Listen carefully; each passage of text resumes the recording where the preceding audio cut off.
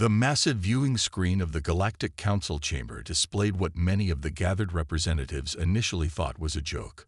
Admiral Marcus Thompson stood tall in his crisp blue uniform, representing humanity's first diplomatic mission to the Council. But that wasn't what drew confused murmurs and barely hidden laughter from the alien delegates. Behind him, visible through the communication feed, was Earth's mighty fleet. 5 ships, each barely the size of a Galactic Council transport vessel, hung in the darkness of space. Their sleek, dark hulls reflected distant starlight, making them look more like pleasure yachts than warships to the gathered aliens. "Honorable Council members," Thompson began, his voice steady and professional. "On behalf of Earth and the Human Federation, I bring greetings and hope for peaceful cooperation among the stars." A deep, rumbling laugh interrupted his speech. From the highest tier of the chamber, Ambassador Kroll of the Vanguard Empire rose to his full height. His massive frame, covered in ceremonial armor that could stop a tank round, cast a shadow over his entire section. "Are those?" Kroll's translator struggled to convey his mix of amusement and contempt.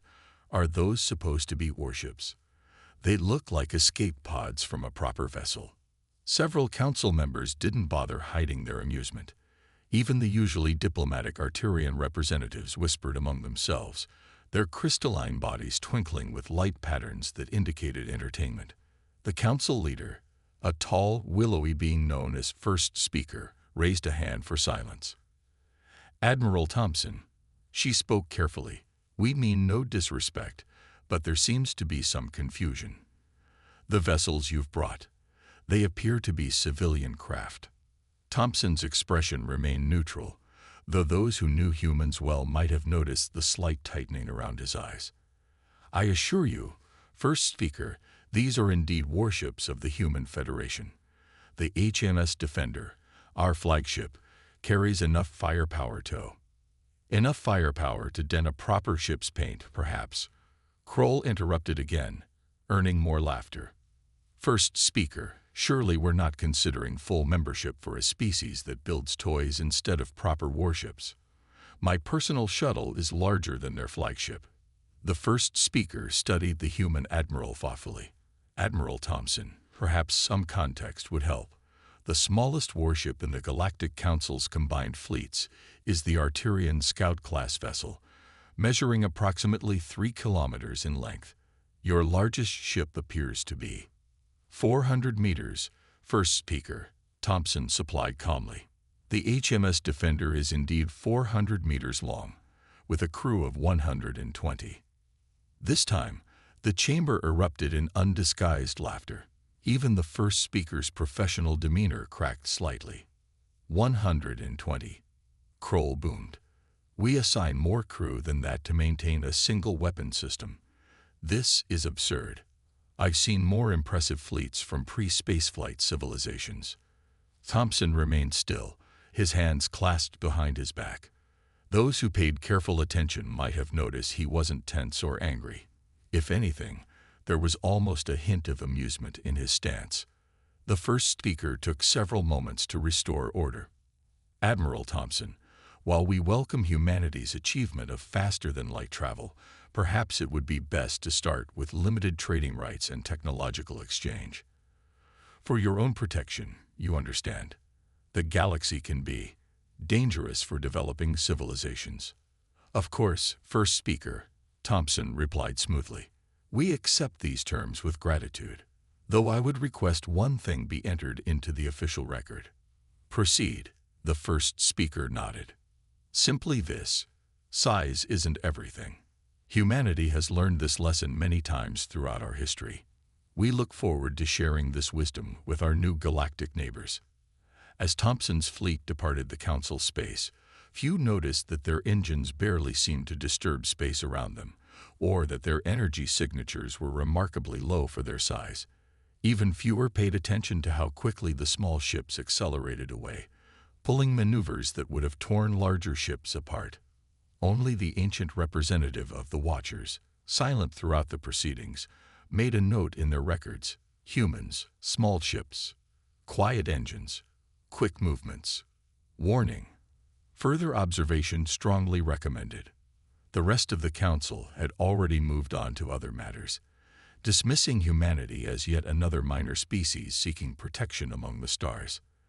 Their massive ships continued to patrol their territories, their crews confident in their size and power, never suspecting that everything they knew about space warfare was about to change. 3 years after humanity's introduction to the Galactic Council, Captain Lisa Reed stood on the bridge of the HMS Swift, watching the massive Vanguard warship through her viewport. The alien vessel stretched over 5 kilometers from bow to stern, its hull decorated with the battle scars of a dozen campaigns. Compared to it, her ship looked like a small fish next to a whale.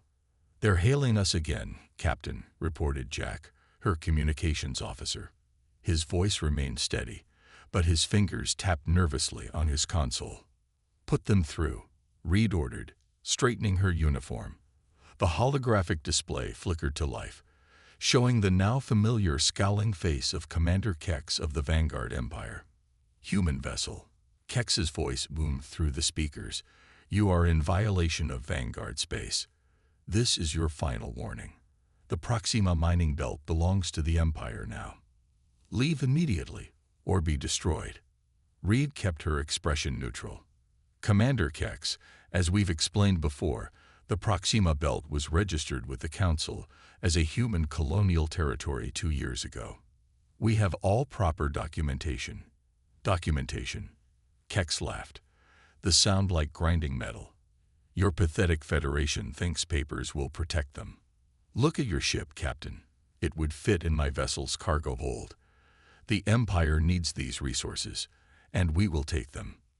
The transmission cut off abruptly. Reed turned to her tactical officer, Tom. "Status of the mining colony. Evacuation is at 60%, Captain. But we got more problems. 3 more Vanguard dreadnoughts just dropped out of hyperspace behind the asteroid belt."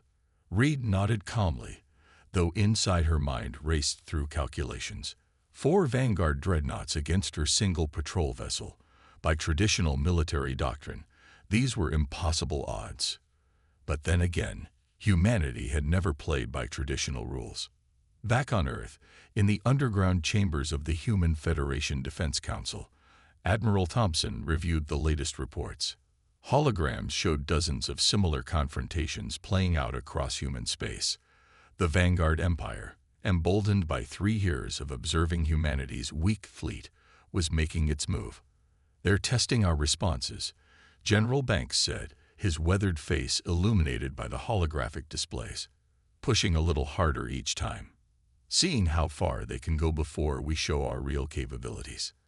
Thompson touched a control, zooming in on the Proxima Belt situation. "Captain Reed is one of our best. She knows the protocols. No demonstration of advanced capabilities unless absolutely necessary. And if the Vanguard actually attacks." Thompson's lips curved in a slight smile. "Then they'll learn why we build our ships the way we do." In the Galactic Council chamber, the atmosphere was tense. The Vanguard ambassador stood before the assembly, his massive frame radiating confidence as he addressed the council. "These humans," he declared, "are expansionist parasites. They claim territories they can't possibly defend, refusing to acknowledge the natural right of stronger civilizations to vital resources. Their tiny ships lurk around our borders like insects. The Empire demands the Council recognize our legitimate claim to these disputed zones." The first speaker looked troubled. The territories were properly registered, under Council law. "Laws mean nothing without the power to enforce them," the ambassador cut in. "Look at the sensor readings of their fleet. Their largest ship is smaller than our medical vessels. The Empire has been patient, but we will not be held back by the weakness of lesser species." In the back of the chamber, the Watcher representative made another note. "Vanguard Empire showing increasing aggression. Humans maintaining minimal defensive posture. All human ships still operating with minimal power signatures and basic shielding. No signs of their true capabilities detected. Recommendation: continue observation. Previous warning stands." As the Vanguard dreadnought's first shot missed the mining colony by mere kilometers, turning a nearby asteroid into a cloud of superheated rock. Commander Kex stood proudly on his bridge, watching the human settlers scramble for their evacuation ships. "See how they run," he rumbled to his crew. "Like insects when you lift a rock. Target their main habitat dome. Let's show them what happens when they defy the Empire." But before his gunners could fire again, 3 small shapes detached themselves from the shadow of a large asteroid. The HMS Swift and her 2 escort vessels, the HMS Thunder and HMS Lightning, moved into formation between the colony and the Vanguard fleet. "Commander," his sensor officer called out, "the human vessels are accelerating." Kex laughed. "Of course they are. Probably running away too." He stopped as new numbers appeared on his display. His 4 eyes widened in disbelief. The human ships were pulling turns that should have been impossible. The Swift curved through space in a tight arc that would have torn any normal ship apart, flipping end over end while maintaining its forward momentum. The Thunder and Lightning matched the maneuver perfectly, all 3 ships moving like dancers in a deadly ballet. 30 gravities, the sensor officer shouted. "They're pulling 30 gravities in those turns. The crew should be dead." On board the Swift, Captain Reed's voice remained steady despite the intense forces acting on the ship. The crew sat comfortably in their acceleration chairs, their bodies protected by generations of human bioengineering and advanced inertial dampening. "All ships, execute Pattern Delta," she ordered. "Show them what these tiny ships can do." The Swift shot forward at 40 gravities, its hull glowing slightly from the friction with trace space particles. The Thunder and Lightning split off, each one accelerating at forces that would have turned any Vanguard crew into paste against their walls. "Impossible," Kex roared as the Swift literally flew circles around his massive dreadnought. His gunners couldn't track the small vessel. It moved too fast, changed direction too quickly. No ship that small should have engines powerful enough for these maneuvers. "Sir," his tactical officer shouted in panic. "The other 2 human vessels, they're targeting our engines with some kind of... I don't recognize these readings." The Thunder and Lightning had positioned themselves perfectly. Their small size had let them slip through gaps in the Vanguard formation that larger ships could never have managed. Now they had clear shots at the vulnerable engine sections of 2 dreadnoughts. Reed's voice came over all channels, calm and clear. "This is your only warning, Commander Kex. Withdraw your forces, or we will be forced to demonstrate more than just our maneuverability."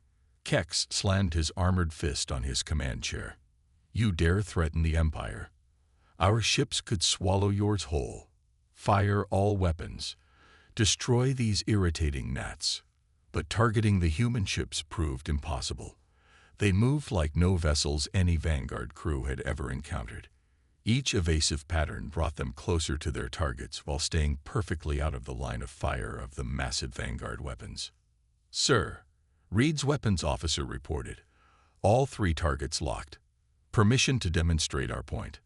Reed nodded. "Granted. Minimal force only. We don't want to start a war. Yet." 3 precise shots fired from the human vessels, small projectiles that the Vanguard sensors barely registered. But when they hit their targets, they bypassed the massive shift shields as if they weren't even there. Each dreadnought's main engine suffered a precisely calculated hit that disabled their ability to maneuver without causing any casualties. As the massive ships drifted helplessly, Reed opened a channel again. "Commander Kex, as you can see, size isn't everything. We've disabled your engines. Your life support and artificial gravity remain functional. Please remain in position while Council peacekeepers arrive to..." The Galactic Council chamber had never been so quiet. On the main display, footage from the Proxima Belt incident played on repeat. The tiny human ships danced around the massive Vanguard dreadnoughts, pulling maneuvers that defied explanation. Even with the video slowed down, many council members struggled to track the swift movements of the human vessels. Admiral Thompson stood calmly at the center of the chamber, hands clasped behind his back. 3 years of mockery and dismissal had led to this moment. Behind him, Captain Reeves stood at attention, her recent battle report adding weight to the evidence being presented. "As you can see," Thompson said quietly, letting the footage speak for itself, "the HMS Swift and her escort vessels disabled 3 Vanguard dreadnoughts without causing a single casualty. This was not a display of power, but of restraint." The Vanguard ambassador, his armor less shiny than usual, rose to speak. This was clearly some kind of trick. No ship can move like that. The footage must be altered. The Council's own peacekeepers confirmed everything. The first speaker replied, her voice carrying a new note of respect when addressing Thompson. "Admiral, perhaps you could explain how your ships achieved such maneuverability." Thompson nodded. "Simple biology." First speaker. "Humans can endure forces that would kill most species, while other races build bigger ships to accommodate artificial gravity and inertial dampening systems. We built our technology around our natural advantages." The chamber erupted in murmurs. The Arterian representative's crystalline form sparkled with patterns indicating deep thought. "The small size of your ships.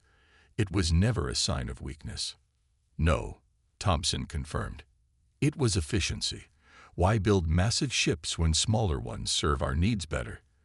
A human crew can survive 40 gravities of acceleration with minimal protection. Our ships are small because they don't need to be large." The Vanguard ambassador slammed his fist on his podium. "You dare to suggest that humans are somehow superior? Our empire has ruled space for 1,000 years.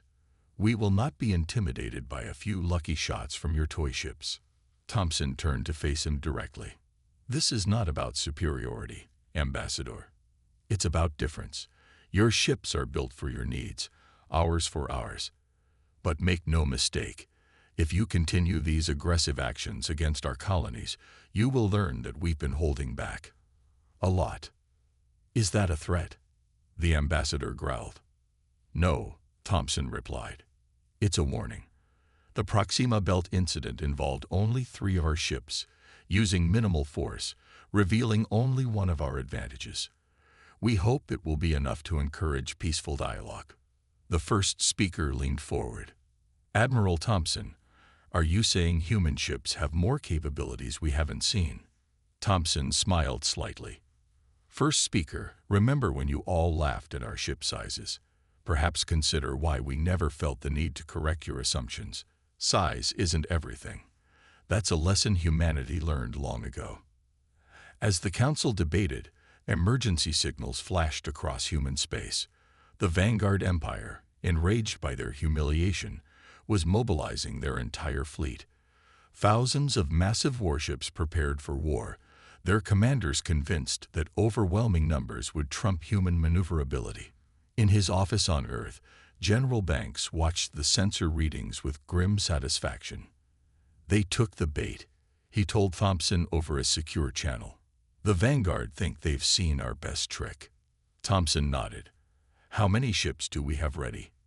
5,000. All equipped with the new stealth systems and antimatter weapons. They're positioned exactly where we planned." "Good," Thompson replied. The Vanguard ambassador just stormed out of the council chamber, promising to put humanity in its place. They'll never expect what's waiting for them. In the council records, the Watcher representative made their final note before going silent. "First demonstration of human capability confirmed. Prediction: more revelations to follow. Ultimate warning: do not underestimate the species that build small ships by choice, not necessity." The Vanguard invasion fleet was a sight that would have terrified any normal species. 10,000 warships filled the space near Pluto's orbit, their massive hulls blocking out the distant stars. Each vessel stretched for kilometers, bristling with weapons that could crack planets. On the bridge of his flagship, the Supreme Commander of the Vanguard forces smiled coldly. "Status report," he demanded. "No sign of human vessels within sensor range, Supreme Commander," his officer reported. "Their pitiful fleet must be hiding in their home system." The Supreme Commander nodded in satisfaction. After the humiliation at Proxima Belt, the Empire had committed everything to this invasion. Even if the humans could pull their fancy maneuvers, they couldn't possibly stand against such overwhelming numbers. "Begin the advance," he ordered. "Show these humans what real power looks like." The massive fleet moved forward as one, their engines painting space with bright flares. But suddenly, warnings blared across every ship in the fleet. "Supreme Commander," the sensor officer shouted, "something's wrong with our readings." Space itself seemed to ripple around the Vanguard fleet. Like a veil being lifted, thousands of human ships appeared out of nowhere. They had been there the whole time, completely invisible to every sensor the Vanguard possessed. "Impossible," the Supreme Commander roared. "There can't be that many." Admiral Thompson's voice cut through every communication channel in the Vanguard fleet. "This is your only warning. You've entered restricted space. Withdraw immediately." The Supreme Commander's laugh held a note of hysteria. "You think your parlor tricks frighten us? We still outnumber you. All ships, open fire. Destroy these insects." But the human ships were already moving. Unlike at Proxima Belt, they weren't holding back. 5,000 vessels, each barely visible against the black of space, accelerated to speeds that made them blur even on enhanced visual displays. "Can't get a target lock," weapons officers across the Vanguard fleet shouted in panic. Their stealth systems are still active even while moving.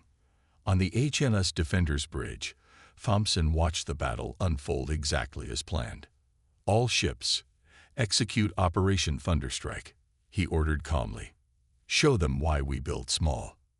The human fleet split into precise formations. Their small size let them slip through gaps in the Vanguard line that larger ships could never have managed.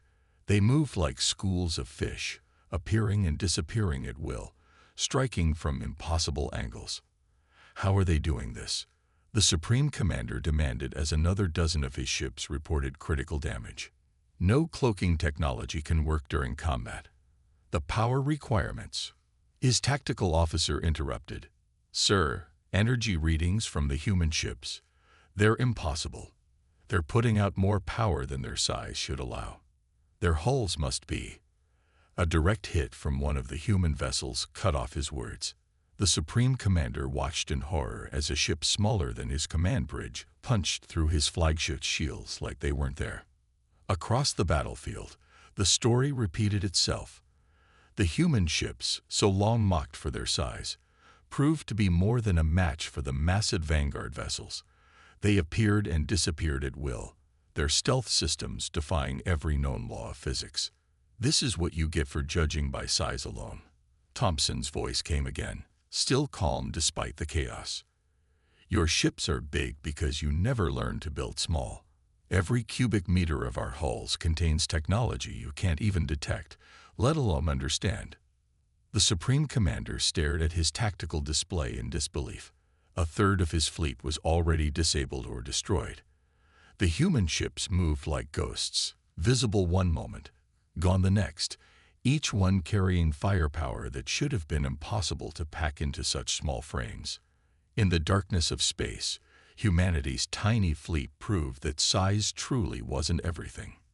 The age of massive warships was ending, replaced by something far more efficient and far more deadly. The battle near Pluto had turned into chaos. Thousands of Vanguard ships tried desperately to hit targets they could barely see, while human vessels slipped through their formation like shadows through fingers. But the Supreme Commander wasn't ready to admit defeat yet. "Bring the planet crackers forward," he roared. "If we can't hit them, we'll threaten their worlds instead." 5 massive ships, each one larger than a small moon, moved to the front of the Vanguard fleet. Their main weapons could destroy entire planets, leaving nothing but asteroid fields behind. The Supreme Commander opened all channels to broadcast his message. "Admiral Thompson, either surrender now or watch us destroy your colonies one by one." Inside the HMS Defender, Thompson shook his head sadly. "You still don't understand what you're dealing with, do you?" He switched to the fleet-wide channel. "All ships, Protocol Omega. Show them our real weapons. Across the battlefield, small panels opened on the human ships. What emerged looked tiny even compared to the vessels carrying them. Spheres no larger than beach balls, glowing with a faint blue light. The Supreme Commander laughed. More toys. What are those supposed to be? His science officer's voice trembled as he answered. Sir, those are antimatter containment devices. But that's impossible.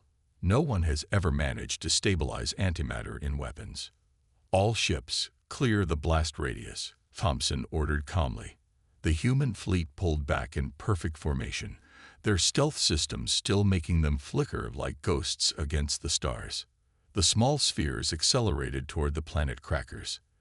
The massive Vanguard ships tried to shoot them down, but the spheres were too small, too fast, and partially cloaked by the same technology as the human ships. Evasive action. The Supreme Commander screamed, but it was too late. The first antimatter sphere hit its target. The explosion that followed defied description. A planet cracker, designed to survive anything, simply ceased to exist. The antimatter reaction consumed it completely, leaving nothing but a rapidly expanding cloud of energy. How? The Supreme Commander whispered as he watched 4 more of his mightiest ships disappear in flashes of pure annihilation. How can they control antimatter like that? On the Defender's bridge, Thompson's weapons officer answered the unheard question. Same reason our ships are small, alien. We learned to think differently. Antimatter doesn't need a big containment chamber if you know how to really control it. A beach ball-sized weapon carries enough punch to destroy a moon. The remaining Vanguard fleet fell into disarray. Some ships tried to surrender, others attempted to flee. But the human vessels were too fast, too maneuverable. Within hours, the mighty invasion force had been reduced to scattered groups of damaged and disabled ships. Cease fire, Thompson ordered once the last planet cracker was destroyed. Let the survivors run. They need to carry the message home. The Supreme Commander, his flagship crippled and drifting, watched in stunned silence as the human fleet regrouped. Their small ships, once mocked as toys, had completely destroyed the pride of the Vanguard Empire. Final warning. Thompson broadcast to all surviving Vanguard ships. Our antimatter weapons could have destroyed your entire fleet. We chose not to. Remember that. Remember that humans build small ships not because we're weak, but because we're strong enough not to need big ones. As the defeated Vanguard ships limped away, Thompson sent a private message to the Supreme Commander. Size isn't everything. Your empire builds big because that's all you know. We build small because we know better. Spread the word. Humanity's tiny fleet is tiny by choice, not necessity. The battle was over. The human ships, their hulls barely scratched, disappeared back into stealth mode one by one. They vanished like they'd never been there, leaving behind only the wreckage of massive Vanguard ships as testament to their power. In the void of space, size had finally met its match. The age of giants was over, replaced by something far more elegant and far more deadly. The Galactic Council chamber was packed beyond capacity. Representatives from every spacefaring race had come to hear humanity's explanation of their technology. The battle near Pluto had shaken the foundations of galactic warfare doctrine. Admiral Thompson stood at the center, but this time there was no mockery, no dismissive laughter. Behind him, a hologram showed one of the human ships, the HNS Swift, with its hull plates removed to reveal its internal structure. The secret, Thompson began, isn't that our ships are small. The secret is why we can build them small. He gestured to the hologram.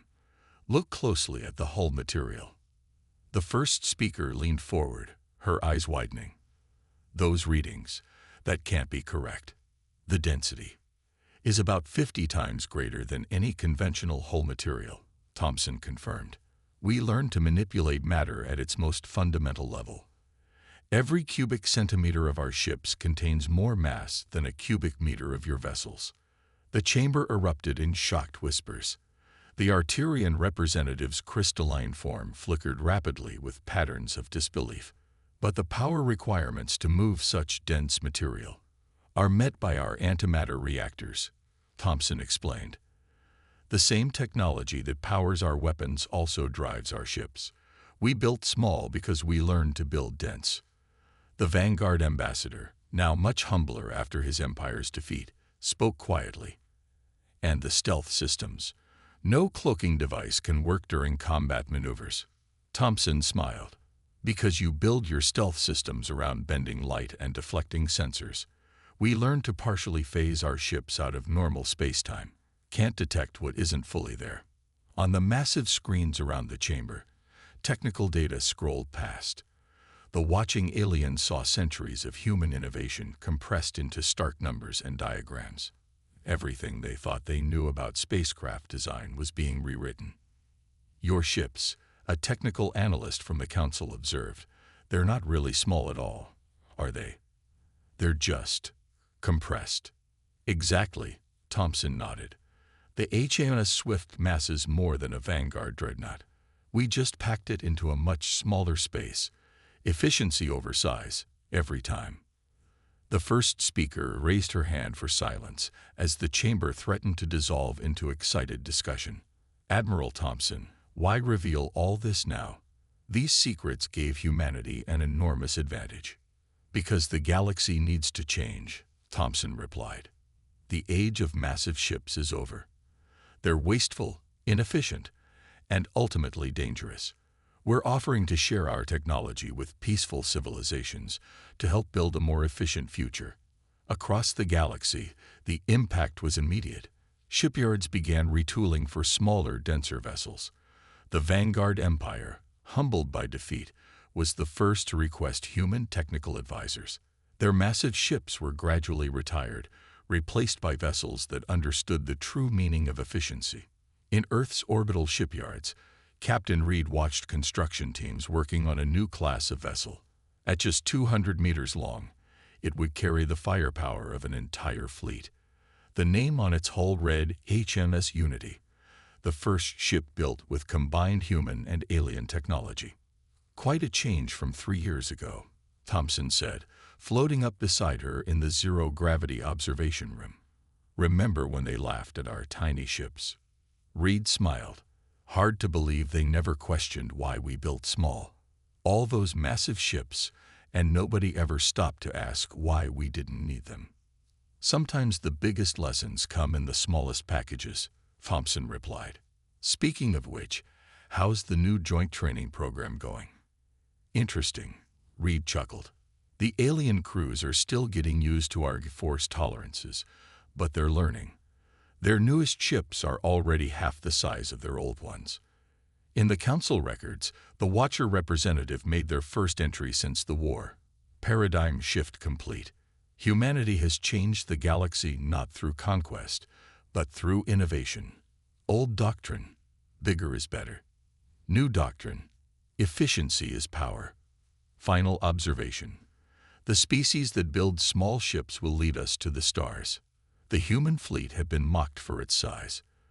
But in the end, size truly wasn't everything. Sometimes, the smallest things packed the biggest surprises, a lesson the galaxy would never forget.